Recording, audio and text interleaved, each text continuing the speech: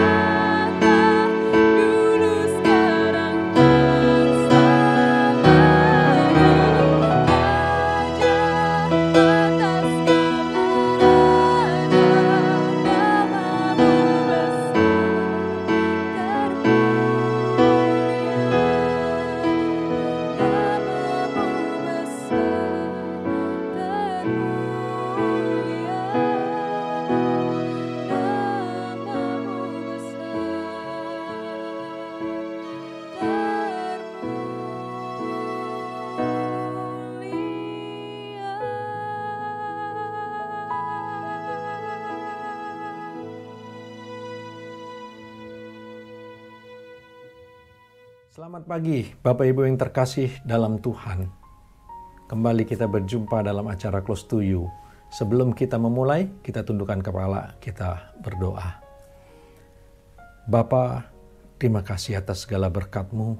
Pagi hari ini kami anak-anak-Mu mau duduk diam di bawah kaki-Mu. Kami mau membuka hati dan pikiran kami untuk Kau berikan nasihat firman Tuhan. Firman yang terus mengubahkan kehidupan kami. Sehingga kami boleh hidup serupa dan segambar dengan Tuhan. Terima kasih ya Tuhan, Engkau berfirmanlah dan kami mau terima dengan ucapan syukur. Dalam nama Tuhan Yesus kami sudah berdoa. Amin. Judul renungan daripada firman Tuhan pada pagi hari ini adalah standar ganda. Manusia selalu berupaya untuk mendapatkan yang terbaik untuk dirinya. Tetapi ingat, di dalam proses tersebut, tanpa kita sadari, kita seringkali merasa diri kita paling benar sendiri. Padahal, ternyata kita sudah melakukan pelanggaran-pelanggaran dalam mencapai apa yang ingin kita dapatkan. Kita dapat pelajaran saat Yesus menyembuhkan orang sakit pada hari Sabat. Kita baca di dalam Lukas 13 ayat 10 sampai yang ke-13. Lukas 13 ayat 10 sampai yang ke-13. Menyembuhkan orang sakit pada hari Sabat. Pada suatu kali, Yesus sedang mengajar dalam salah satu rumah ibadat pada hari Sabat. Di situ ada seorang perempuan yang telah 18 tahun dirasuk roh, sehingga ia sakit sampai bungkuk punggungnya dan tidak dapat berdiri lagi dengan tegak. Ketika Yesus melihat perempuan itu, ia memanggil dia dan berkata kepadanya, "Hai ibu, penyakitmu telah sembuh." Lalu ia meletakkan tangannya atas perempuan itu, dan seketika itu juga berdirilah perempuan itu dan memuliakan Allah. Pada satu kali Yesus sedang mengajar di rumah ibadat, dan hari itu adalah hari Sabat. Ternyata di sana ada seorang wanita yang dirasuk oleh roh. Selama 18 tahun, ia datang juga ke rumah ibadat tersebut. Ketika Yesus melihatnya dan Yesus tergerak, Yesus menyembuhkan penyakitnya. Bagi Yesus, berbuat kebaikan, menyembuhkan, membebaskan orang yang dirasuk roh, harus bisa dilakukan setiap waktu. Bukan ditunda oleh karena hari itu adalah hari Sabat. Karena Yesus tahu sekali sebenarnya apa yang ada di dalam benak orang-orang yang mengaku beragama tersebut. Tapi bagaimana respon orang-orang yang beribadah pada saat itu? Kita baca di dalam Lukas 13 ayat yang ke-14. Lukas 13 ayat yang ke-14. Tetapi kepala rumah ibadat gusar karena Yesus menyembuhkan orang pada hari Sabat. Lalu ia berkata kepada orang banyak, "Ada 6 hari untuk bekerja, karena itu datanglah pada salah satu hari itu untuk disembuhkan, dan jangan pada hari Sabat." Ternyata apa yang dilakukan oleh Yesus itu membuat kepala rumah ibadat menjadi gusar. Mereka menjadi marah, dan ia berkata kepada banyak orang, "Jika ingin disembuhkan, janganlah datang di hari Sabat."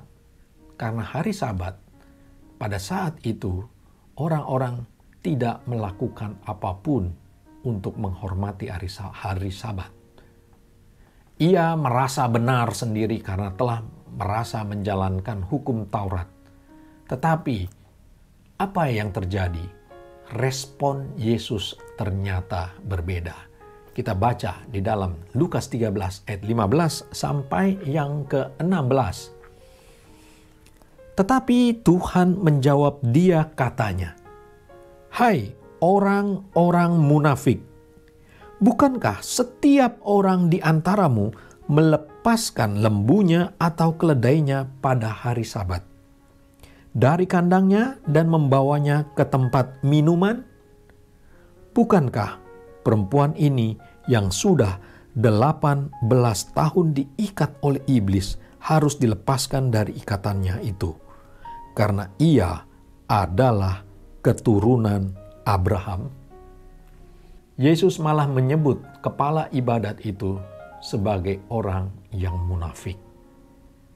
Seorang yang tampak rohani atau bahkan sebagai hamba Tuhan, ternyata ia bersikap munafik. Artinya apa yang diucapkan tidak sesuai dengan apa yang dilakukannya. Bahkan ia lebih memperhatikan lembu atau keledainya daripada bebasnya seorang manusia dari ikatan roh jahat. Hal inilah merupakan standar ganda yang diterapkan oleh kepala rumah ibadat itu. Dia merasa dirinya paling benar. Dia merasa telah melakukan hukum Taurat. Dan dia melarang Yesus untuk berbuat kebaikan pada hari Sabat. Tetapi pada hari Sabat itu sebenarnya ia pun telah melakukan atau melepaskan hewan peliharaannya untuk mendapatkan minum. Manusia dianggap tidak berharga dibandingkan hewan peliharaan dia. Kita ingat kisah tentang Yesus ketika mengizinkan roh jahat itu keluar dari seseorang yang dirasuk setan di Gerasa. Roh jahat itu pindah ke 2000 ekor babi hingga mati. Kisah itu mengingatkan kita bahwa bagi Tuhan keselamatan seseorang sangatlah jauh lebih berharga dibandingkan dengan ribuan ekor hewan peliharaan ataupun babi. Melalui renungan pada hari ini, mengingatkan kita supaya kita tidak menjadi munafik, di mana kita tampak seperti seorang yang beriman atau rohani. Kita melakukan ritual-ritual keagamaan kita, tetapi ternyata kita telah menerapkan standar ganda. Kita melakukan tindakan yang berbeda dengan apa yang kita ucapkan. Melakukan sesuatu hanya untuk hal-hal yang menguntungkan diri kita sendiri. Dan kita melakukan sesuatu hanya untuk dinilai orang lain sebagai orang yang baik atau rohani. Jika demikian kita lakukan, maka Tuhan menyebut kita sebagai orang munafik. Demikian renungan firman Tuhan pada pagi hari ini. Amin. Tuhan Yesus memberkati. Kita tundukkan kepala, kita berdoa. Tuhan, terima kasih Tuhan, firman-Mu menegur kami. Kadangkala kami sering melakukan hal yang sama dengan kepala rumah ibadat itu. Kami menghakimi orang, bahkan kami menuduh orang melakukan kesalahan. Padahal justru kami juga melakukan hal yang sama. Tuhan ampuni kami. Biarlah melalui renungan pada pagi hari ini mengubahkan cara pandang kami, supaya kami berlaku atau hidup sesuai dengan perintah Tuhan sungguh-sungguh, bukan untuk dilihat oleh orang, bukan juga untuk kepentingan diri kami sendiri, tapi kami melakukan segala sesuatunya itu oleh karena kami cinta Tuhan yang sudah lebih dahulu mengasihi kami. Terima kasih ya Tuhan, terima kasih Roh Kudus, berkat firman Tuhan senantiasa mengingatkan kami sehingga kami boleh hidup berkenan kepadamu. Di dalam nama Tuhan Yesus kami sudah berdoa dan kami mengucap syukur. Amin. Demikian renungan firman Tuhan pada pagi hari ini. Kita terus belajar sehingga firman Tuhan itu mengubahkan hidup kita semakin serupa dan segambar dengan Kristus. Tuhan Yesus memberkati. Sampai jumpa dalam acara Close to You berikutnya. Close to You.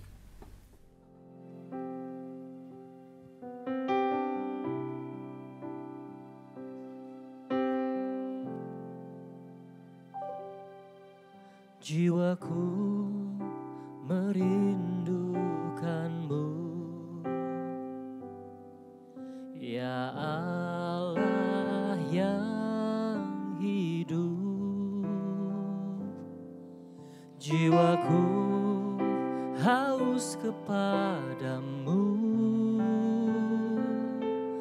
ya Allah yang hidup.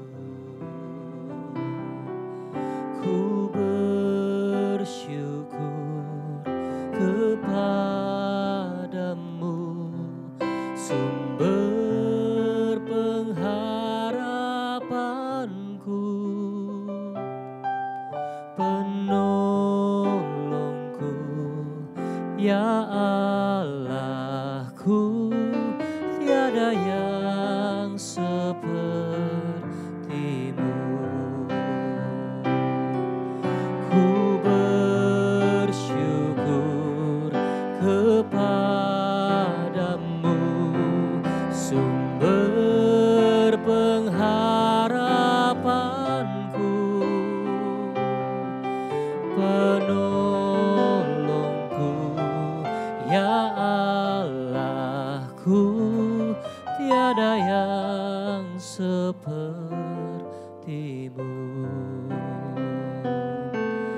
Tiada yang sepertimu,